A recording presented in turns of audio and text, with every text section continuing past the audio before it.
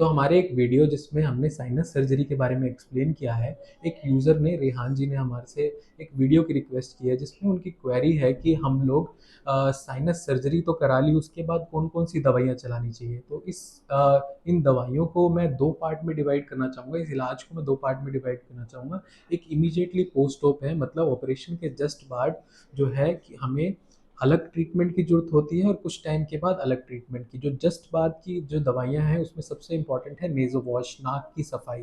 ये हम करते कैसे हैं, एक इंस्ट्रूमेंट आता है नेज़ल नेज़ल कैविटी को वॉश करने के लिए, उसके अंदर नमक और बेकिंग पाउडर हम डाल के नाक की सफाई करते हैं। ये नाक की सफाई दिन में एटलीस्ट 2 बार होनी चाहिए और 15 से 30 दिन के लिए हम सफाई पेशेंट को एडवाइस करते हैं। डिपेंड करता है पेशेंट टू पेशेंट। और ये सफाई जब तक चल रही होती है तब तक हम ज़्यादा दवाइयाँ पेशेंट को नहीं देते हैं।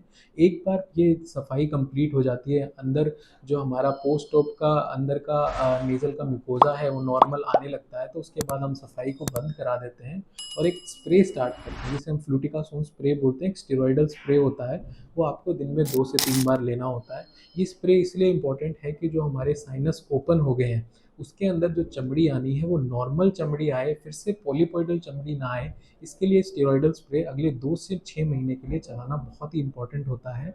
इसके अलावा बहुत सारी दवाइयाँ नहीं चलती हैं, कुछ पेशेंट्स को एलर्जी बहुत ज़्यादा होती है, वहाँ पे हम मोंटेलुकास और फिक्सोफेनाडिन या फिर बिलास्टिन का कॉम्बिनेशन पेशेंट को साथ में देते हैं। वो 1 से 2 महीने के लिए चला जाता है, लंबे टाइम के लिए बिल्कुल यूज़ नहीं होता है। जो लंबे टाइम हमारी ट्रीटमेंट चलती है वो फ्लूटिकासोन स्प्रे ही चलती है।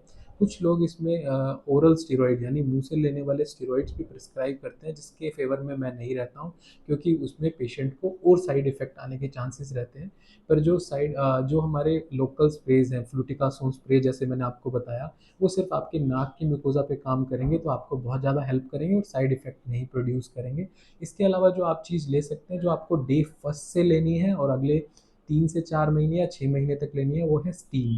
भाप ज़रूर लेनी है। भाप के अंदर जो आपने पानी लिया है उसके अंदर अगर आप ब्यूटेसिनॉइड यानी ब्यूटेसिनॉइड के जो रेस्प्यूल आते हैं उसकी दवाई डाल के अगर आप स्टीम लेंगे तो आपके नेज़ल म्यूकोज़ा और साइनस सब जगह पहुँचेगी और ये उसी तरह काम करेगी जैसे नेज़ल स्प्रे कर रहे हैं। जो आपकी नई चमड़ी आने वाली है उसको पॉलीपॉइडल होने से रोकेगी और एक नॉर्मल चमड़ी लाने में आपकी हेल्प करेगी। इसके अलावा जिसको नाक में एलर्जी रहती है उसी को ही इस साइनस सर्जरी की ज़रूरत पड़ती है। तो उनके गले में भी कुछ दिक्कत रहती है क्योंकि वो म्यूकोज़ा नाक का और गले का सेम होता है। जब आप ये स्टीम लेंगे तो आपका गला भी ठीक रहेगा, आपकी छाती भी खुली रहेगी और आपकी जो साइनस की म्यूकोज़ा है वो भी नॉर्मल आएगी।